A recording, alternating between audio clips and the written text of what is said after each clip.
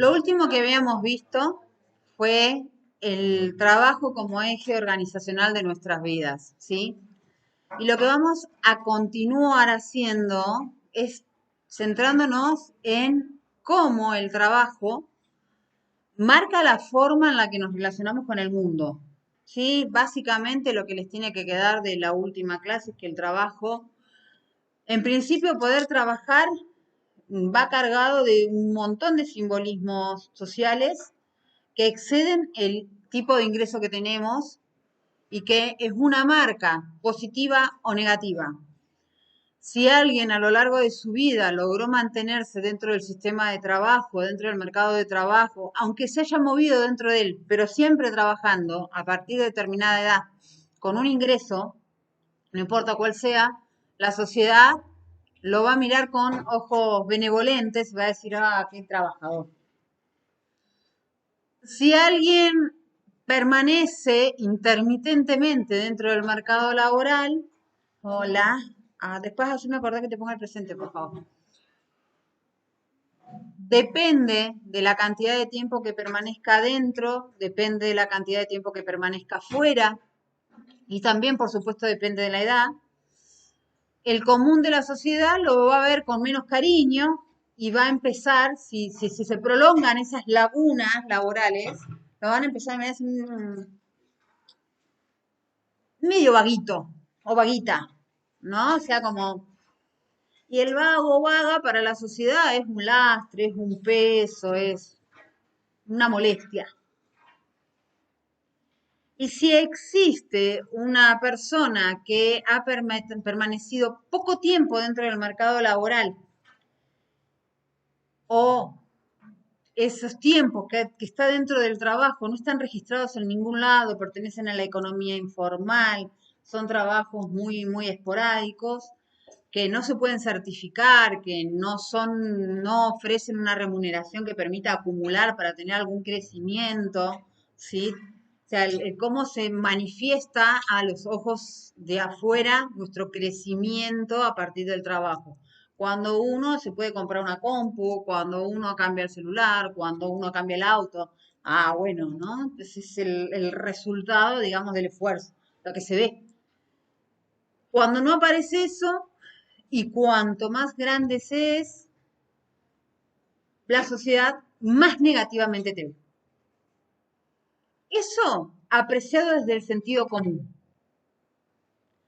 Lo que no hace el sentido común es cuestionar las condiciones de ingreso y egreso del mercado laboral. ¿Quién cuestiona eso? ¿Quién analiza por qué una persona ingresa o no al mercado laboral? Es justamente la sociología del empleo, que es la que analiza cuáles son los requerimientos de la demanda hacia la oferta de mano de obra. No me acuerdo si con ustedes hablaba el ejemplo, voy a poner un ejemplo cualquiera. Ustedes se van a encontrar, van todos juntos a buscar el mismo puesto de trabajo. Pero todos ustedes saben que estudiaron exactamente lo mismo, en el mismo tiempo, el mismo cuadernillo y leyeron las mismas cosas. O sea, que todos van a llegar a ese puesto de trabajo con las mismas herramientas en cuanto a formación profesional. Pero resulta que solamente queda uno de ustedes, porque el puesto de laboral es uno. ¿Cuál es la diferencia cualitativa o cuantitativa que hace que uno de ustedes pueda quedar en el puesto o no acceder? ¿Por qué? Son todos buenos, son todos capaces, todos si se recibieron demostraron aprendizaje, quizás, pero capaz que vos tenés la mejor experiencia o venís de una familia. Muchas veces en este espacio me encuentro con herederos de la seguridad y higiene laboral, familias enteras de técnicos y licenciados en seguridad y higiene que pareciera que los chicos cuando llegan acá no conocen otro mundo más que la seguridad y higiene, ¿no? Está en la genética. Entonces esa persona debería poder tener todas las posibilidades y ustedes directamente, si tienen un compañero así, tomando lo que vos decís, pero directamente ni se presenten. Si lo ven, peguen la vuelta porque no tendrías posibilidades. Y además, tomando esto que vos decís, ninguno que no tenga ninguna experiencia laboral tendría chances de ingresar al sistema laboral. Sin embargo, ingresan. Entonces,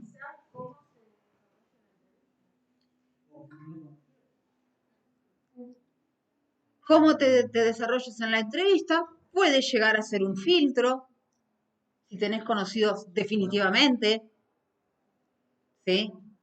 Pero uno no tiene certeza de cuáles van a ser las causas reales por las cuales te van a contratar para un trabajo. ¿Por qué?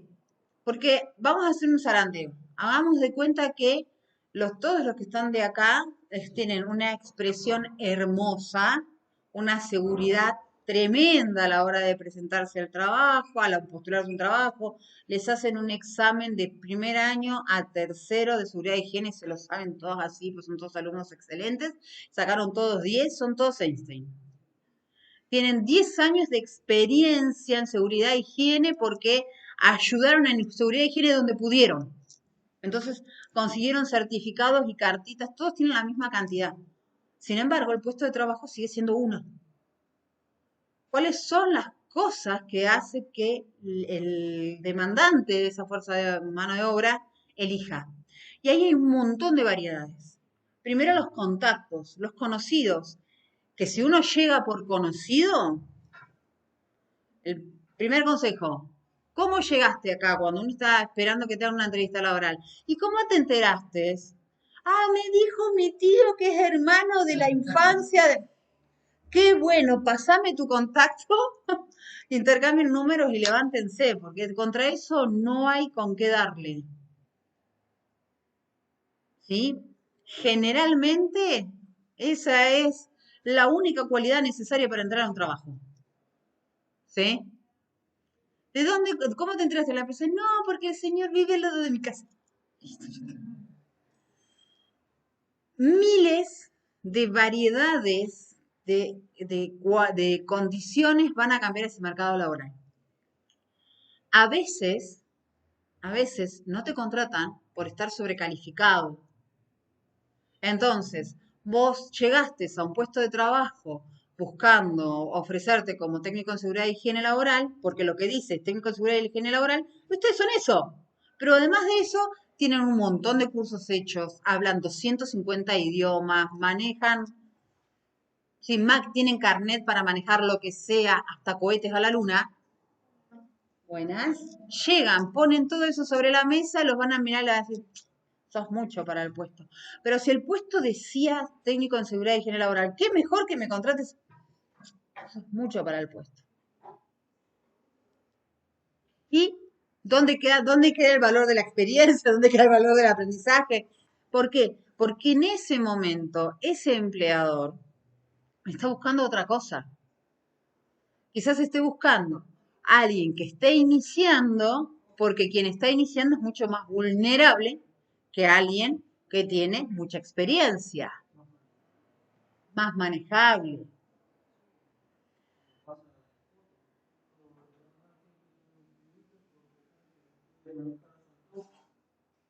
No le había prestado atención.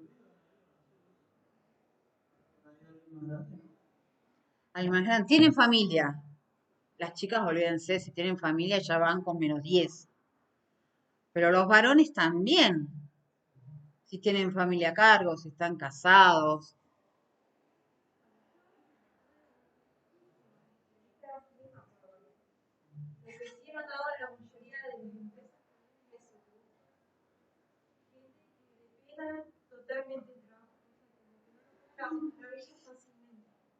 Muchas gracias, Cintia. Esa es una de las grandes causas por las cuales, por más que vos tengas toda la formación encima, te vas a quedar afuera. Sobre todo cuando existe la posibilidad de vulnerar los derechos laborales. Es decir, cuando están ausentes las reglamentaciones que moderan esa relación laboral. En Argentina sucedió. ¿Sí? Otra de las cosas, llegás, tenés todos los títulos y el otro tiene todos los títulos, pero resulta que el otro vive al lado de la empresa y vos vivís a 4 cuadras. Perdiste. ¿sí? Digamos, el mercado laboral exige el análisis permanente. Siempre hay una tendencia en contratación. Y hay que ver también qué tipo de empresa es la que está ejerciendo esa demanda. Hay algunos que directamente van a buscar técnicos hipercapaces a los cuales no les van a pagar en función de su capacidad de conocimiento. Pero como saben que esas personas necesitan el trabajo, o la mayoría cometemos el error de que no estamos muy convencidos del sueldo, de las condiciones de trabajo y aceptamos y decimos después lo vamos a resolver y no va a pasar. Nos vamos a ir antes de lo que pestañeamos en realidad. Pero la mayoría hace eso, sobre todo cuando tienen experiencia laboral. Las empresas juegan mucho con eso, la demanda laboral juega mucho con eso, ¿sí?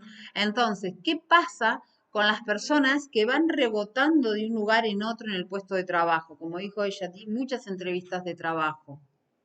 Cuando uno empieza a dar muchas entrevistas de trabajo y durante el tiempo se va exponiendo, la sociedad ya es menos benevolente.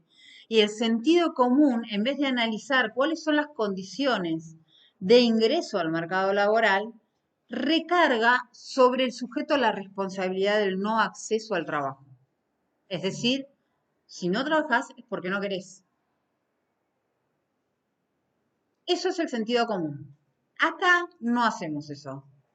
Acá vamos a preguntarnos, buenas tardes, ¿qué sucede en esa relación oferta y demanda que permite que se ingrese masivamente o que haya una expulsión masiva? ¿Sí? Más o menos eso es lo que habíamos visto en lo que tenía que ver con sociología de empleo y esa posibilidad de permanecer o no permanecer dentro del mercado laboral impacta a nivel humano. Y como hablábamos la otra clase, no es solamente tener un sueldo o la platita a fin de mes, sino todo lo que eso acarrea. El orgullo, la dignidad de poder comprarte lo que vos querés y no tener que estar esperando que alguien te lo facilite. Incluso si en algún momento se toma conciencia el lugar y el peso que significa uno para el entorno que te sostiene, que puede ser familiar, pareja, abuelo, tío, el vecino, el amigo, que está solventando los gastos de uno. Cuando uno empieza a ser consciente de eso, empieza a sentir la incomodidad. Y obviamente cuanto más grandes nos volvemos, la sociedad nos mira más como una carga que como un ser humano. Eso sucede desde el sentido común. Y en eso estamos atravesados todos, ¿eh? En eso estamos atravesados todos. En algún momento la cuestión laboral nos termina de...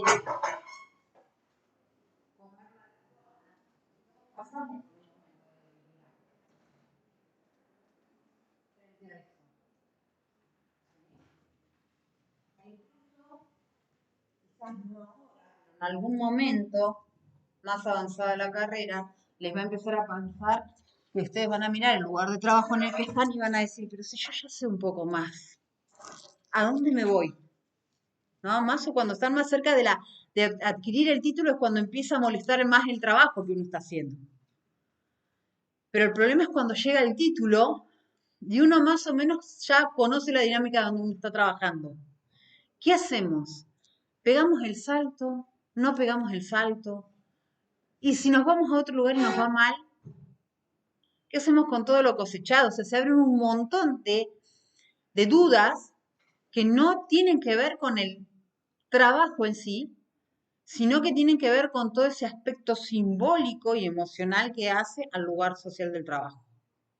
¿Sí?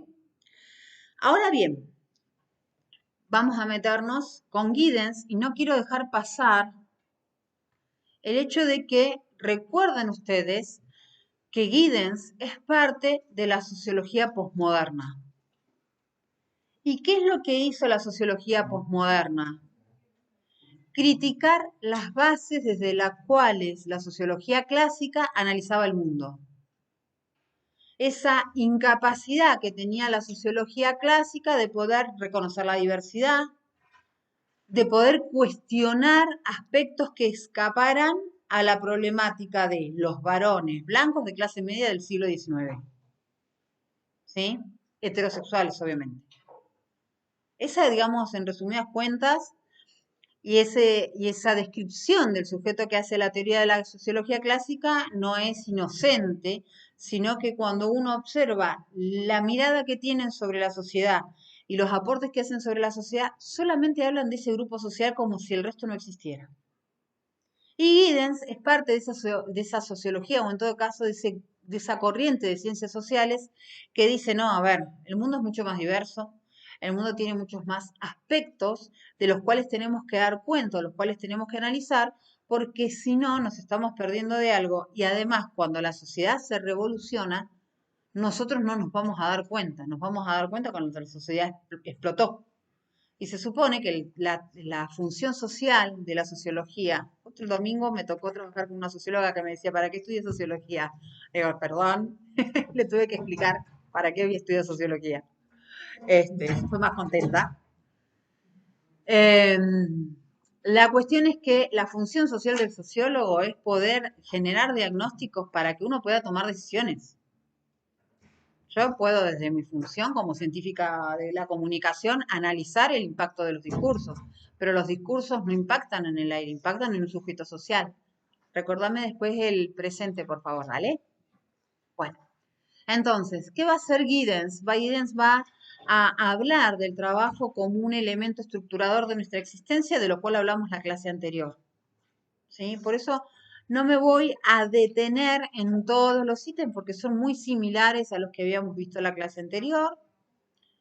Luego que sí vamos a hablar de este punto, ¿también? De este punto específico que digamos vendría a sumar un poco lo que habíamos visto la vez anterior, que tiene que ver con la estructura del tiempo. Una vez que uno ingresa al mundo laboral, es tan poderoso el mundo laboral que todo lo que nosotros hacemos alrededor, o sea, fuera de ese espacio, depende de lo que nosotros hacemos o del tiempo que le dedicamos al trabajo. Es tan potente que ustedes no vienen a esta hora, los que trabajan, no vienen a esta hora porque les gusta, sino porque está de paso y porque vienen a gastar el último cartucho de energía que tienen en el día. ¿Sí? Pero si quizás si pudieran elegir otro, si no estuvieran en ese horario laboral, estarían en otro espacio, en otro horario. La estructuración del tiempo por parte del trabajo es tan fuerte que está capaz de romper el amor. Me puse romántica. ¿Por qué? Porque ¿cuántos de ustedes se engancharon con alguien y de pronto dijeron, está difícil vernos? Ah, ¿vieron? Siempre, siempre hay alguien que entiende de lo que estoy hablando. ¿Sí? Porque uno le pone la mejor de las ondas. No importa, nos vemos una vez cada 6 años. Los primeros 6 años nos comportamos bien, pero los segundos 6 años ya nos olvidamos qué es lo que teníamos que hacer, hasta se nos pasa a veces, ¿sí? O sea, las amistades, los tiempos laborales también hacen que solamente sobrevivan las amistades de verdad. Esas con las que uno se divierte simplemente porque se divierte, que tiene cierto cariño, pero que no hay una amistad profunda, no sobreviven a los tiempos laborales. ¿Por qué? Porque es tan fuerte, sobre todo en la sociedad moderna, la estructuración del tiempo en función del trabajo, porque el trabajo en definitiva es lo que nos define.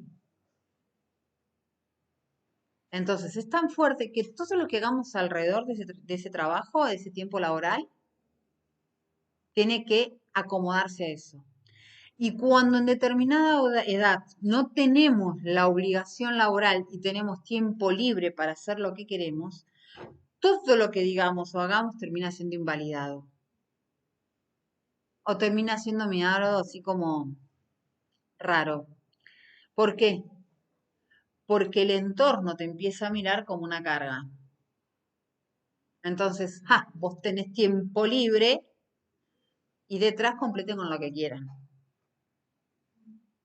¿Sí? Y alguno se ríe por ahí porque ya se completó la frase solo. ¿sí? Entonces, bueno, para no detenernos y no reiterar, vamos a dejar el análisis de Giddens en cuanto a lo que tiene que ver con la función del trabajo en este punto que no se había visto antes. Ahora bien, ¿de dónde nace o por qué nace esta mirada tan fuerte, tan importante socialmente sobre el trabajo?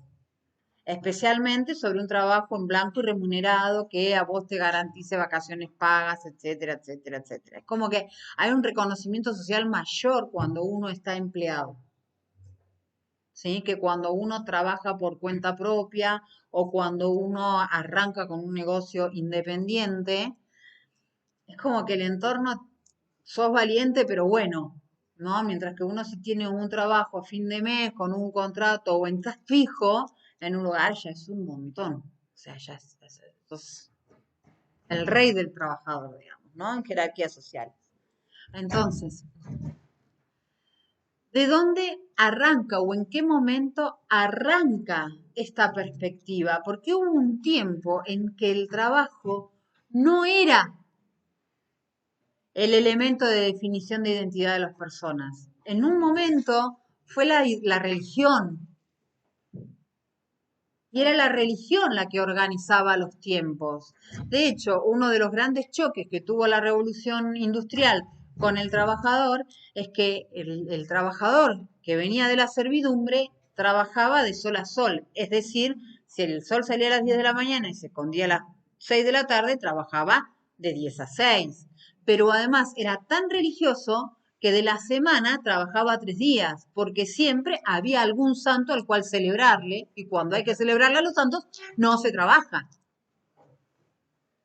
Entonces, ¿en qué momento se desestructura ese engranaje de identidad y empieza a pasar esto que nos pasa a nosotros? Que cuando nos preguntan qué somos, en mi caso, yo no digo soy Ladis, mujer, sí, argentina. Digo, soy licenciada en Ciencias de la Comunicación. ¿Sí? A ese punto. Entonces, y más, creo que a ustedes les dije, cuando ustedes eran chiquitos y les preguntaban qué querés ser de grande, cualquiera que ustedes que hubiese dado una respuesta, decir yo quiero ser alto o alta, lo hubiesen mirado como diciendo, no, ¿de qué querés trabajar? ¿Qué profesión? Además, ¿qué profesión querés tener? Fíjense cómo estamos psicológicamente y socialmente atravesados por la importancia del trabajo. ¿Cuándo pasa esto? Cuando llega la... ¿Dónde está? Acá. Vamos a checarlo un cachito más. La nunca bien ponderada, diría mi papá, revolución industrial. La revolución industrial, no la voy a repetir, ya se las conté varias veces en varias oportunidades, pero trajo varios traumas psicológicos, ¿sí? ¿Por qué? Porque obligó a redefinir la identidad de los artesanos que veían que eran una especie en extinción. De pronto un día eran artesanos y el otro día pasaron a ser obreros. De pronto estaban un día discutiendo cuántas horas iban a trabajar en el taller y cuánto iban a tener de acceso a la participación del taller, y de en otro estaban trabajando 12 horas en un lugar oscuro, insalubre, ¿sí? A destajo y sin tener conciencia real de cuánto estaba ingresando en esa fábrica, y estaban iniciando un proceso de alienación. Pero además empezó a pasar otra cosa. El artesano que trabajaba en el taller tenía un contacto permanente con su familia. Su familia entraba, salía, él podía entrar, salir, más allá de los horarios que tenía para cumplir del trabajo. Era más bien un espacio familiar. Pero una vez que empezó a trabajar en la fábrica, entró a la fábrica con esos grandes muros. Busquen alguna foto de lo que eran las fábricas de ese momento. Eran más cárceles que fábricas, o sea, de espacio laboral. Entraban ahí y parecía que ellos mismos iban a pasar por la máquina de formación, ¿sí? Y salían de ahí adentro 12 horas, 18 horas después, lo que quedaba, a reencontrarse con un entorno familiar que mientras tanto iba creciendo, sobreviviendo como podía por fuera.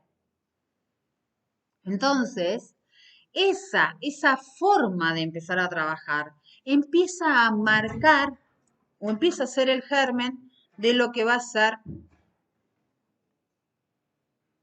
la visión ortodoxa del trabajo.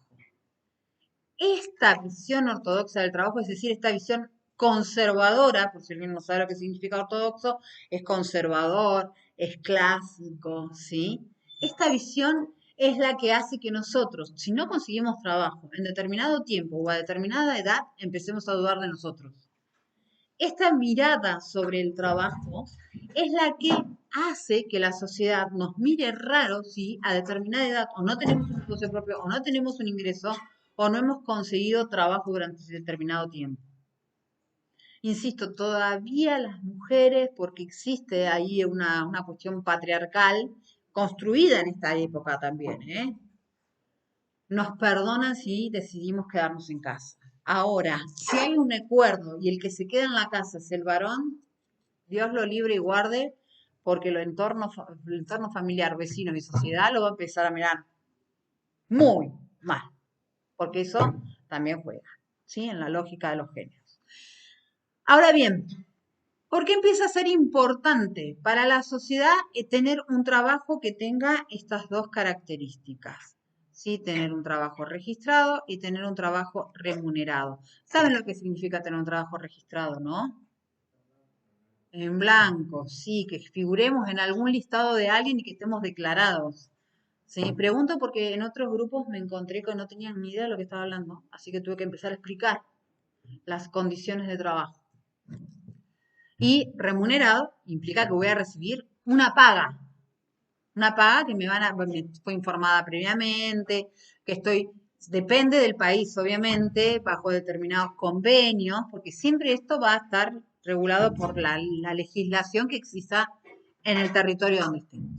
Ahora, ¿por qué empieza a ser importante tener esto socialmente? Porque la expulsión que generó la revolución industrial hacia aquellos que no entraban dentro del mercado laboral fue tan cruel que fue la que generó los primeros pobres o miserables de aquella época.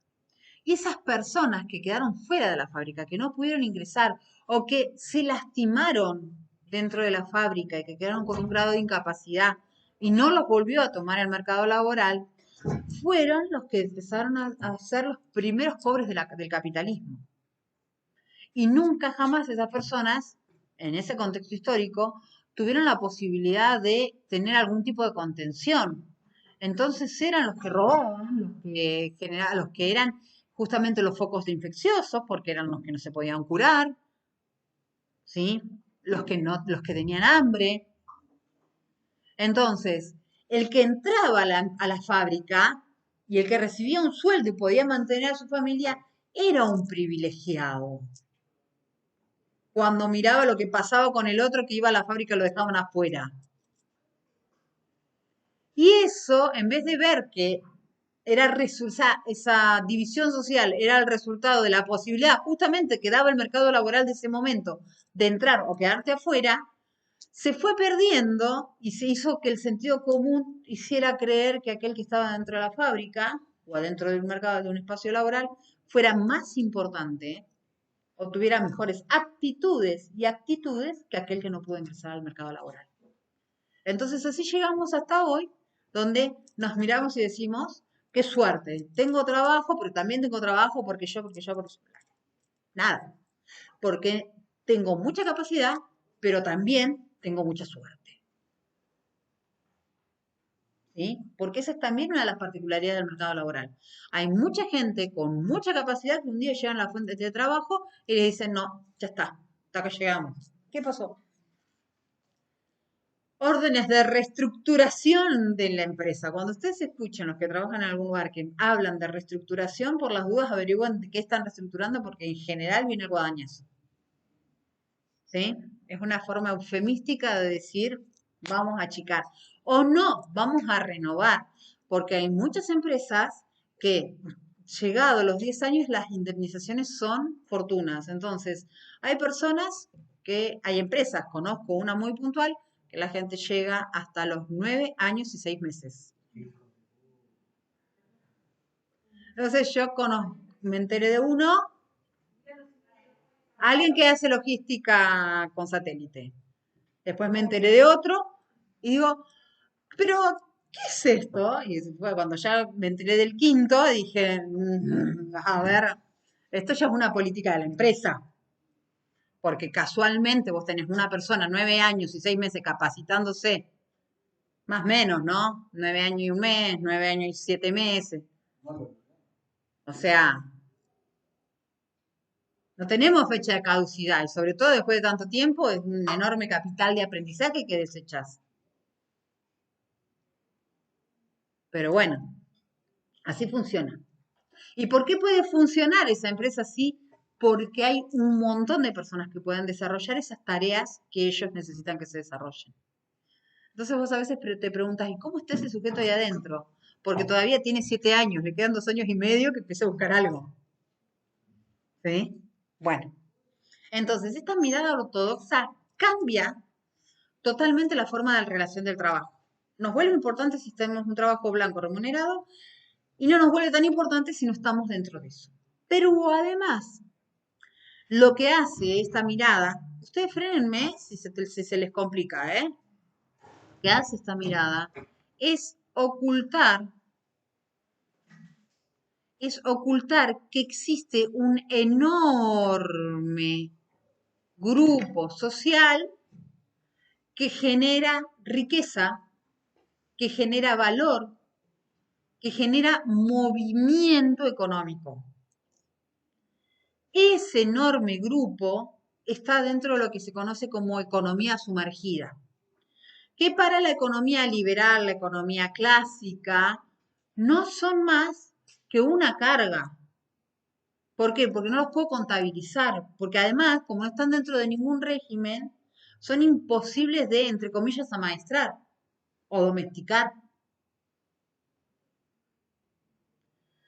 Generalmente tienen trayectorias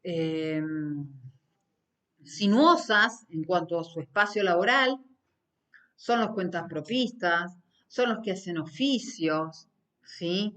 Son los que viven de changas. Eso por un lado. Pero después está otro grupo social que desarrolla tareas que gracias a que las desarrollan, los grupos familiares tienen resto para consumir. Entonces, primero, la economía sumergida va a ser esta, que tiene plata, ¿sí? Que está remunerada, que recibe dinero, pero que no está registrada. Este es un grupo. ¿Alguno de ustedes pertenece a este grupo? ¿Recibe dinero, pero no está registrado en ningún lado? Uno. Bien. Dos. Bien. Ustedes no están teniendo aportes en este momento. Por lo tanto, para el Estado, ustedes como trabajadores no han iniciado el proceso de acumulación para jubilarse cuando tengan 60, 65 años o lo que la ley en ese momento determine. ¿Sí? Porque las leyes se pueden modificar. Fíjense lo que pasó en Francia, que extendieron el periodo de jubilación y por eso está prendida a fuego hace como 4 meses.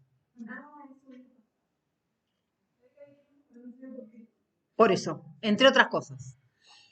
Se lleva casi 4 años prendida a fuego Francia, pues se ve que de pronto recordaron la Revolución Francesa y cuando les aumentan el combustible prenden fuego todo, cuando les aumentan la jubilatoria prenden fuego todo, cuando les agarra la inflación, está hermoso Francia. Bien, entonces, ustedes para el Estado no existen, pero sí para el mercado de consumo. ¿Por qué? Porque ese dinero que ustedes están recibiendo les permite consumir. Si ustedes no fueran importantes para la economía, si ustedes no estuvieran, la economía perdería dos bocas de consumo, ¿se entiende? Pero la economía tradicional, la economía liberal, la economía ortodoxa, no los reconoce a ellos como consumidores, como que mueven la rueda económica. No existen. De ellos no se va a ocupar. ¿Sí? ¿Querías decir algo? Ah, no, te vi que hiciste así un gesto con la mano. ¿Te acordaste de algo? No te creo, no sé por qué. Bueno, Después, si querés, me lo decís en privado. El trueque de especies o de especias, o lo que nosotros conocimos y todavía tenemos como el mercado de trueque. El trueque es algo antiquísimo que le permitió sobrevivir a las familias de las clases más pobres siempre. Porque cuando a mí me sobra algo, te lo cambio por otra cosa. Cuando nosotros ingresamos en la crisis del 2001, ya un poquito antes habían empezado a aparecer los mercados del trueque por todos lados. Hasta que en algún momento, en algunos mercados del trueque, hasta inventaron su propia moneda y fue genial. Porque lo que empezó a aparecer es una economía absolutamente paralela en la que el Estado no tenía la forma de verificar absolutamente nada. Y esos grupos de trueque, sí, armaron su propia realidad económica. Entonces, eran unos papeles que imprimían que ponían, no sé, 2 huevos vale un pedazo de pan. Entonces vos tenías esos 2 papeles que equivalían a los huevos y así, y podías ir acumulando para comprar lo que vos querías. O sea, fue muy interesante ese proceso económico, del cual tampoco dio cuenta la economía o el análisis de la economía ortodoxa, pero la gente sobrevive de esa manera y produce de esa manera. Entonces, eso permitió a muchísimas familias y hoy en día permite a muchas familias sobrevivir de eso.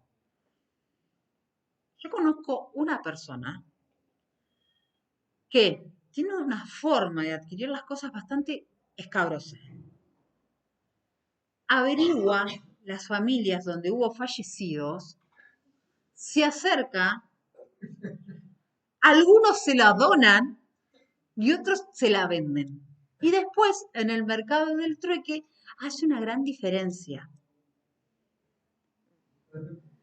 No sé, pero es un rebusque que le sirve para llevar el pan a su casa. Porque es una persona que golpea puertas y no entra. Y como va creciendo y el mercado laboral va cambiando y se va actualizando cada vez más, cada vez menos posibilidades de entrar tiene. Porque lo que hacía hace 20 años cuando empezó con esto, hoy ya tiene otro nombre, tiene otra estructura, tiene otro proceso no tiene el tiempo para formarse, entonces ya va a quedar siempre en la economía sumergida. Y le permite sobrevivir. Tiene otras cosas.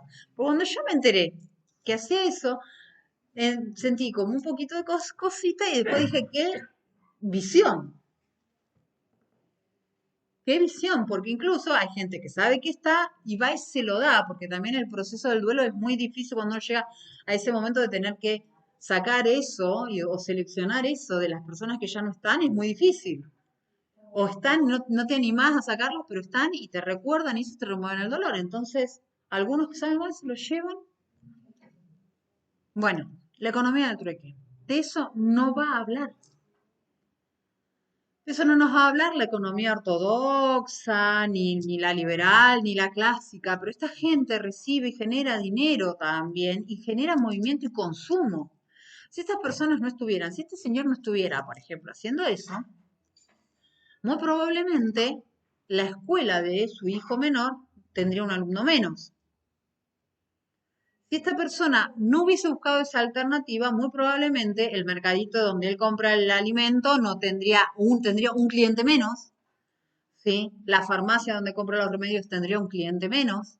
Ahora, de eso no hay registro, o sea, no queda registro de esa persona a nivel de Estado, salvo creo que porque tiene algún subsidio o algún plan, creo que recibe.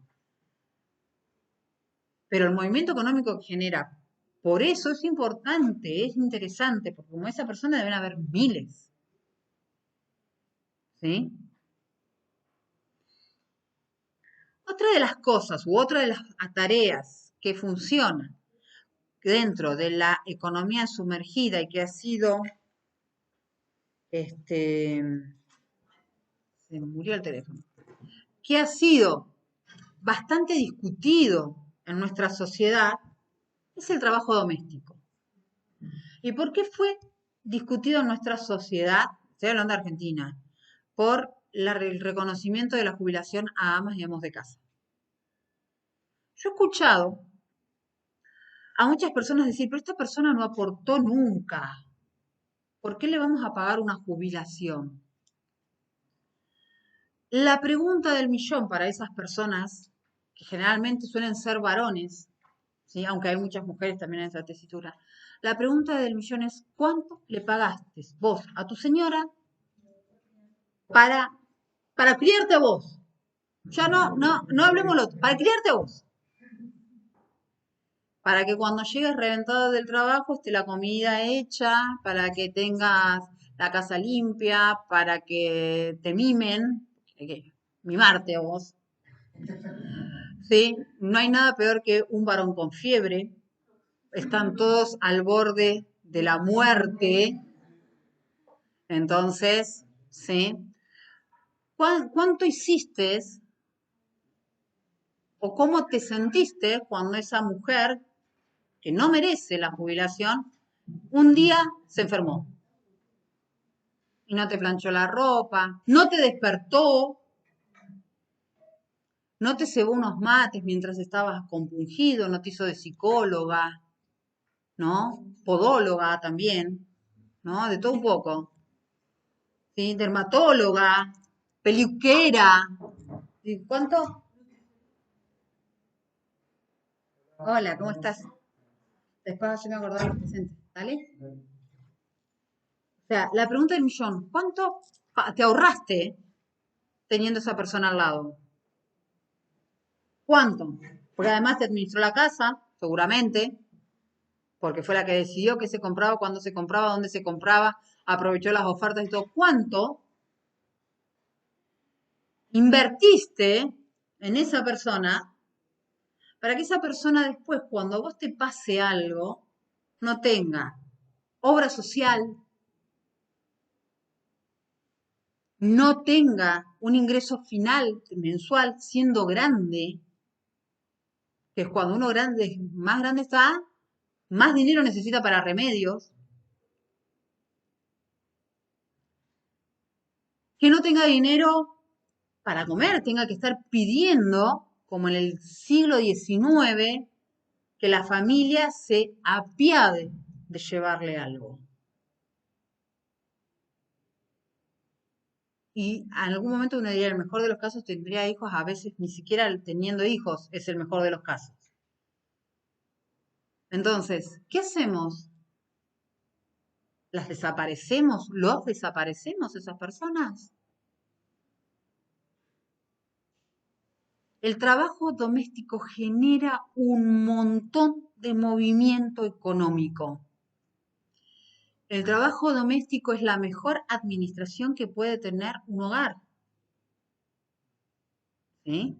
Hay honradas excepciones, pero la mayoría de las veces, quien administra la casa, no importa si es varón o mujer, el que administra el hogar, el que se queda en el hogar, es el que cuando ve que el bolsillo aprieta, es incluso el primero en restringirse.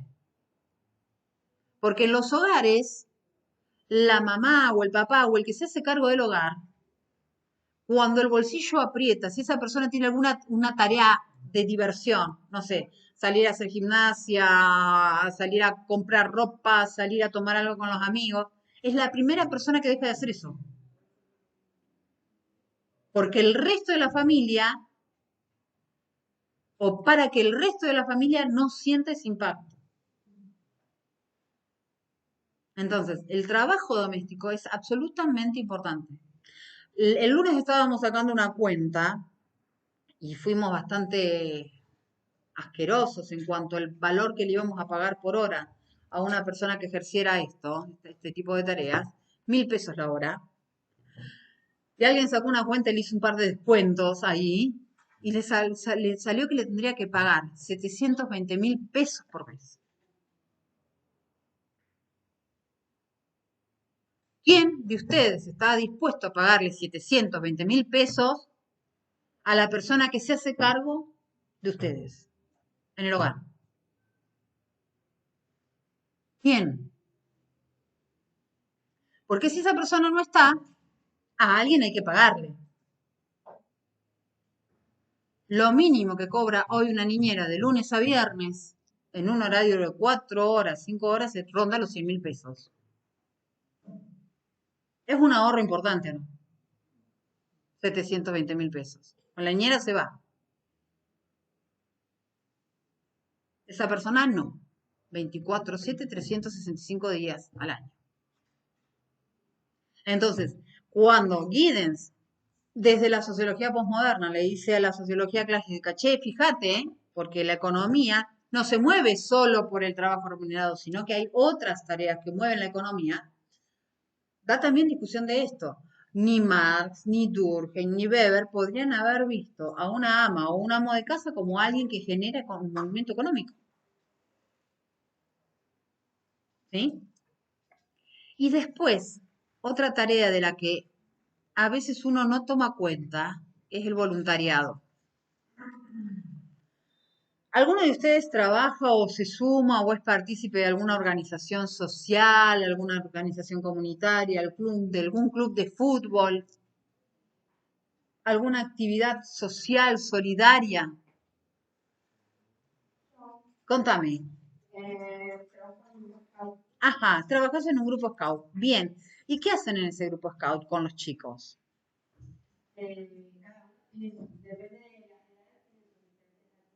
Ajá. ¿Y qué les enseñan?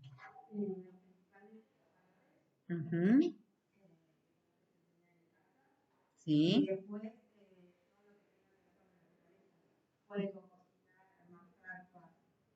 Bien. ¿Vos estás como voluntaria ahí? Bien. Todo lo que vos le estás enseñando a esos chicos tiene que ver con la supervivencia. Si uno de esos nenes se pierde en algún lado, vas a ver cómo sobrevivir. Esperemos que sí. Bien. Tenemos acá una formadora de héroes, más o menos. ¿Sí?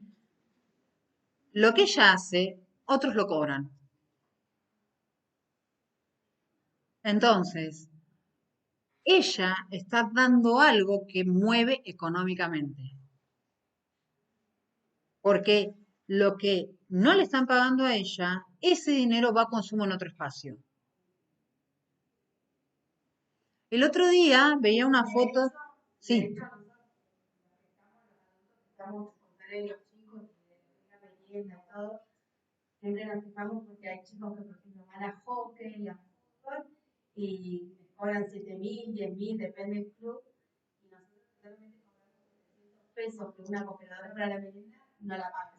buah, otro capítulo para otra área de la sociología. No es el único caso. Suele pasar. Más de lo que a uno le parece, le gustaría en realidad. Pero bueno, hay todo un movimiento detrás de eso, porque los nenes, para poder vestirse como scout, tienen que salir mínimo a comprar el uniforme, si es que no tienen quien se los haga, así que gana la mercería. Gana los que les venden la merienda a ustedes, gana el que le vende el equipo de la carpa y lo que sea. Fíjense todo lo que ellos mueven y ellos no ganan un peso.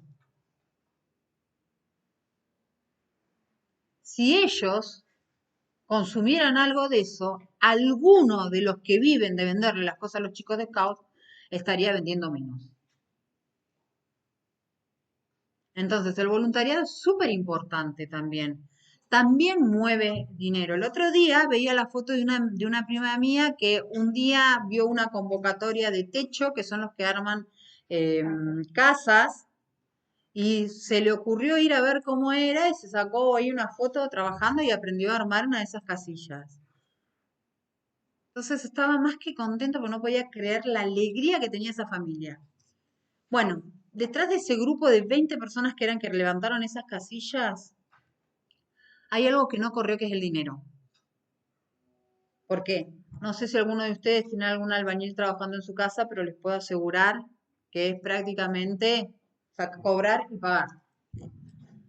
Es prácticamente, si alguno está construyendo, sabe que es cobrar y dejar la vida en el corralón. ¿Sí? Uno tiembla, es preferible de verle al Fondo Monetario que tener que ir a cobrar un ladrillo. ¿Sí?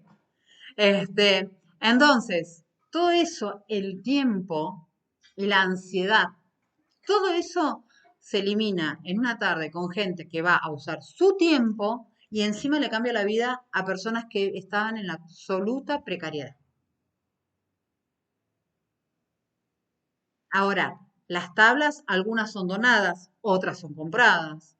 ¿sí? Y si alguien las donó, a alguien se las compró. O sea, no es que llega por obra y arte del Señor, Dios se levantó y dijo, bueno, viene techo acá, vamos a hacer que aparezcan las tablas. No, alguien las entregó, alguien las fabricó, alguien cortó y taló ese árbol. O sea, hay todo un proceso productivo detrás que se mueve gracias a eso. No es lo único, pero suma, ¿sí? Entonces, esta propuesta que tiene Giddens sobre recuperar la existencia de la economía sumergida viene también a romper un poco esta idea de que lo único que importa o lo único que vale socialmente es el trabajo. Hay muchas otras cuestiones que hacen que la sociedad funcione y que sea rentable económicamente y que no necesariamente va a estar registrada en un papel. Ahora bien,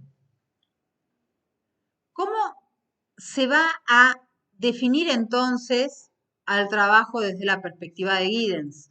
¿Sí? Primero va a ser trabajo o la ejecución de una tarea. Yo tengo que estar haciendo algo que va a requerir un gasto de esfuerzo físico o mental, ¿sí? Para producir bienes y servicios para atender necesidades humanas. Eso ya es trabajo, según Giddens. Viene a romper la mirada tradicional de que trabajo es el ejercicio de una tarea solamente para recibir un sueldo. El gasto de energía y la transformación de algo en un bien ya es trabajo. Si ustedes en su casa reciclan, ya están trabajando. Y están satisfaciendo necesidades. La satisfacción de una necesidad es un trabajo. ¿Sí? Y no solamente en el sentido metafórico, sino en el sentido real. Hay una modificación, hay un impacto micro en la economía. La sumatoria de todas esas acciones va a terminar transformando o modificando la economía. Bien, ¿qué otras cosas trajo o qué otras modificaciones trajo la revolución industrial y la relación con el trabajo? Lo que nosotros teníamos previo a la revolución industrial, ¿sí? Que toda la especie del trabajo de servidumbre y también lo del artesanado, pero especialmente lo que tiene que ver con el trabajo agrícola, era de característica absolutamente independiente. ¿Por qué? El señor feudal le daba la tierra y era trabajo del siervo hacer que esa tierra rinda, pero no estaba el señor feudal atrás diciéndole, sembrá esta semillita acá, esta semillita acá, esta semillita acá, esta semillita acá. Ahora, este, esta, esta relación laboral que se daba intramuros. La familia se levantaba y estaba en el mundo de trabajo. Y había otra particularidad dentro del trabajo agrícola. Toda la familia trabajaba. Por eso la cantidad de hijos.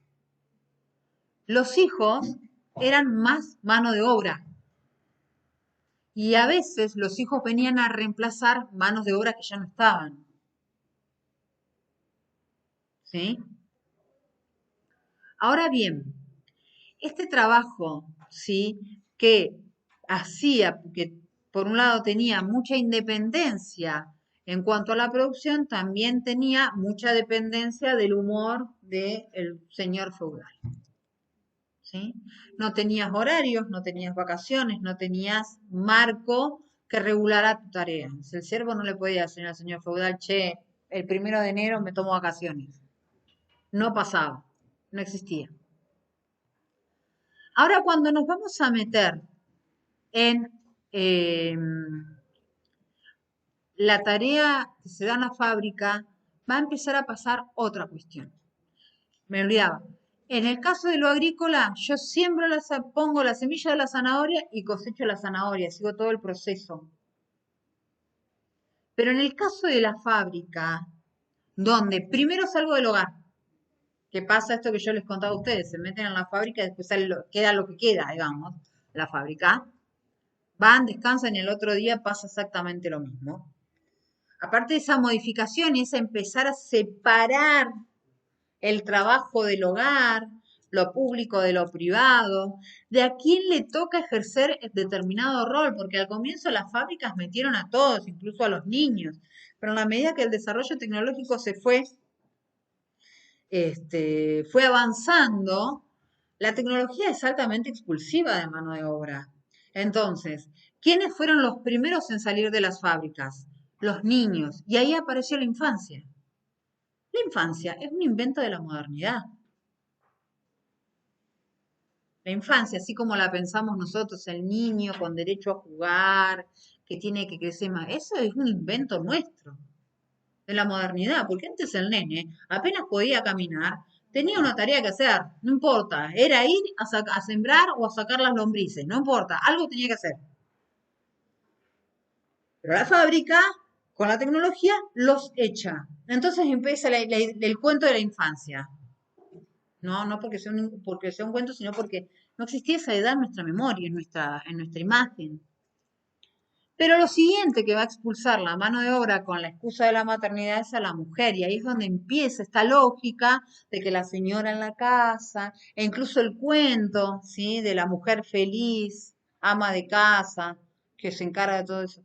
Ahí empieza a surgir eso, porque en el espacio agrícola, el varón, la mujer, el niño, ¿sí? Si es bípedo, tiene cerebro y es humano, no le queda otro que trabajar. En cambio, en el proceso de modernización, eso se empieza como a fragmentar y ahí empiezan a aparecer la división social del trabajo, que te toca a vos, según el sexo, ¿sí? Pero dentro de la fábrica y dentro del sistema productivo se pierde algo, que es el control total del proceso productivo. Aparece esta interdependencia fuerte que está ligada, ¿sí? A la línea de producción o a lo que después va a quedar en la historia como el procedimiento de Taylor. Es decir, cada uno hace un pedacito de lo que está haciendo.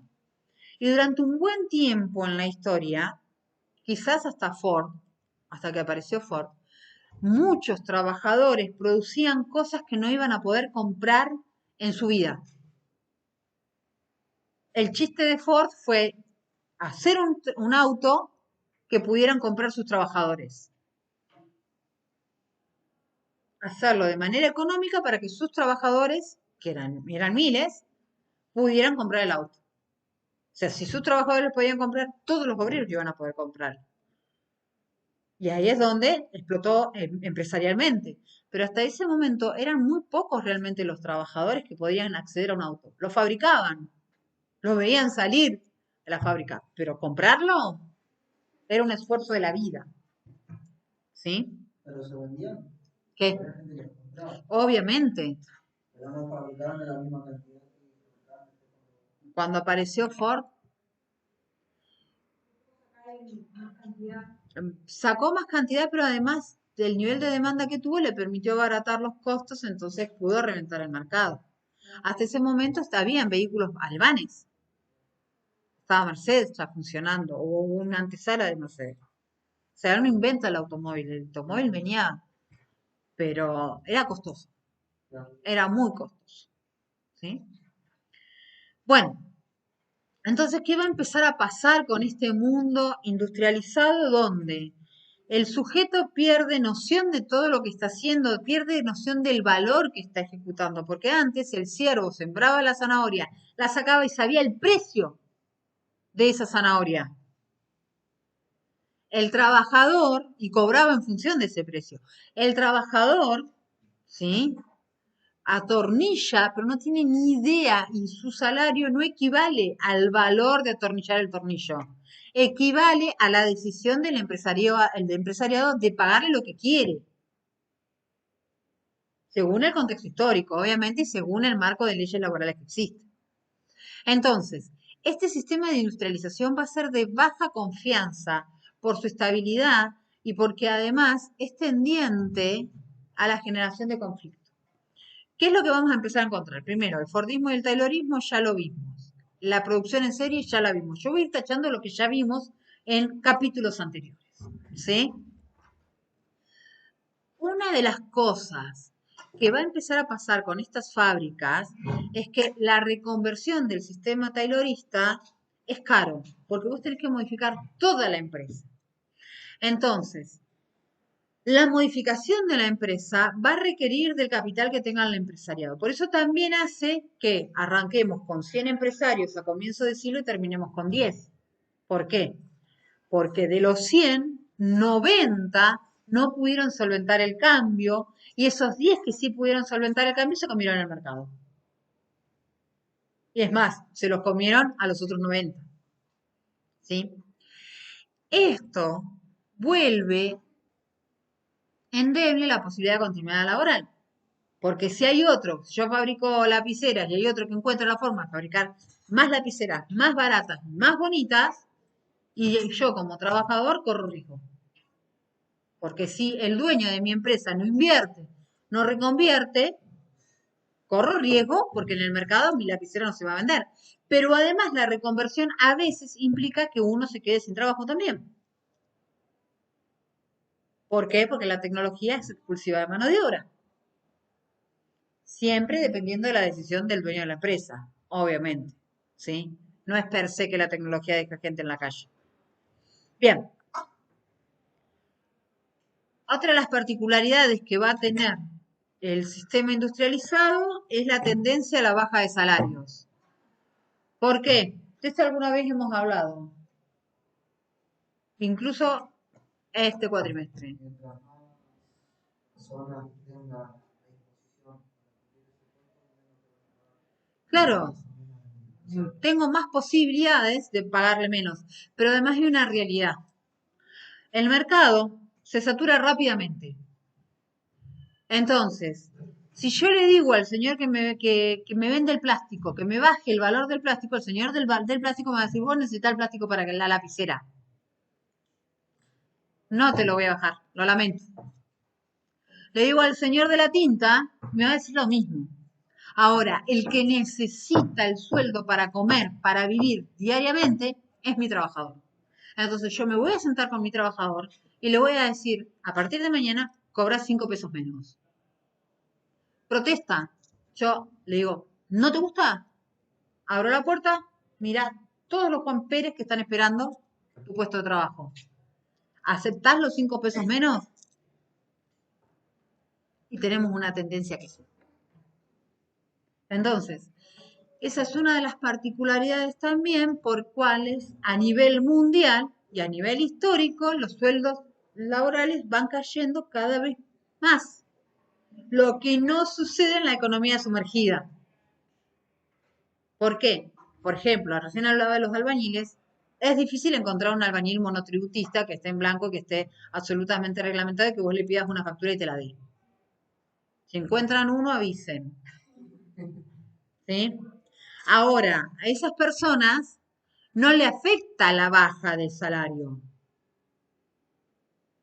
¿Sí? Tienen un trabajo difícil, quizás no vivan en los mejores lugares, quizás no tengan la capacidad de acumulación como uno imagina, pero sus ingresos generalmente van en tendencia a la alza. No pasa lo mismo con la capacidad de negociación del trabajador, porque los contextos actuales, y de esto vamos a hablar en la próxima clase, hacen que cada vez tengamos menos posibilidades de negociación. ¿Sí? Y lo único que ampara la negociación laboral es la existencia de las reglas laborales. O cuando te desaparece, como escuchaba ayer, que alguien decía, hago desaparecer el fuero laboral, entonces no van a poder cobrar las indemnizaciones. Aunque no es tan sencillo hacerlo, se puede hacer. De hecho, estamos en un país donde la Constitución hace 40 años fue suspendida. Entonces, si alguien o un grupo social puede suspenderte la Constitución, puede hacer lo que se le dé la gana. Y sin ese marco legal que te ampare, listo. no hay posibilidades de negociación. Pero independientemente de eso, hay un mercado y una tendencia económica mundial que hace que cada vez tengamos menos flexibilidad para la negociación como trabajadores. Está orientado a la máquina. La máquina define también quién entra o quién sale. Insisto, es una decisión del dueño de la máquina. Dividir la jornada laboral o no. O ver cómo sostengo o no a los trabajadores. Pero históricamente la decisión es, tengo una mejor máquina, necesito menos personal, chau, chau, adiós. Son cosas que pasan. ¿Sí? El trabajador en este marco laboral no tiene posibilidades de tomar decisiones porque es parte de una cadena. Imagínense que el que está armando el Ford de pronto decida, no le voy a poner el eje. No. O lo voy a poner al revés porque me gusta más, es más lindo. ¿No? Lo que puede llegar a pasar. No tiene ese margen de decisión este sistema fabril. Ahora sí, lo que va a caracterizar a esta forma particular va a ser el incremento del ausentismo o absentismo. ¿Sí? El trabajador en este espacio se estresa, se enferma, se deprime, ¿sí? No quiere ir, no quiere ir. Entonces, empieza a ausentarse, con o sin marco laboral, ¿eh? Si hay un marco laboral que lo ampare, aparece el certificado médico. Y si no hay un marco laboral que no lo ampare, no existe, también se va a enfermar, también se va a deprimir, también va a empezar a trabajar menos y también va a faltar. Con las consecuencias que trae faltar a un lugar donde vos no tenés un marco laboral que diga, bueno, un certificado médico te justifica la ausencia. Eso por un lado. Y por otro lado, aumenta la tendencia al conflicto laboral. ¿Por qué? Porque, como les digo, la tendencia para sostener el margen de ganancias, es decir, que el empresario siga ganando, la tendencia es bajar el sueldo. Y entonces ahí se empieza a producir un choque entre el trabajo desarrollado y la capacidad de adquisición de bienes y servicios. Cuando esa capacidad de adquisición y bienes y servicios, todos tenemos algo a lo que podemos renunciar, no es tan importante.